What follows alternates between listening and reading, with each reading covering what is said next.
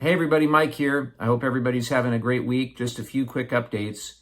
The Senate yesterday voted on the bipartisan border security bill. Unfortunately, it went down because once again, Republicans killed it. This is a bill that Republicans helped to draft. In fact, Republicans insisted on it.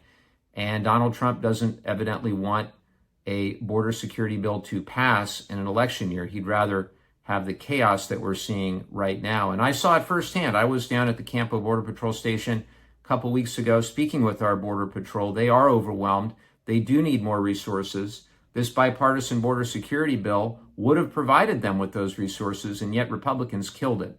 So personally, I'm tired of playing games with this issue. I'm tired of people pointing fingers and casting aspersions without actually working together on solutions. That's what we need. And House Republicans haven't offered any bipartisan path forward. They came out with their own bill without any input from anybody on the other side of the aisle. That's not how you govern a divided Congress either. So we've got to do better than this. I'm committed to working with anybody on either side of the aisle who's willing to work with me on this pressing issue. Second, we had a Social Security town hall just the other night. It was a great town hall. About 3,300 people were on the phone. And we talked with Max Rickman from the Committee to Preserve Social Security and Medicare. And it's very clear there are some Republicans who want to undermine Social Security. They want to cut benefits, raise the retirement age. We can't let that happen. And I've got a plan along with my House Democratic colleagues called Social Security 2100 that would protect and strengthen Social Security and make it solvent for decades to come. I also wrote a letter to the Federal Insurance Office on the rising home insurance rates that we're seeing all throughout the country.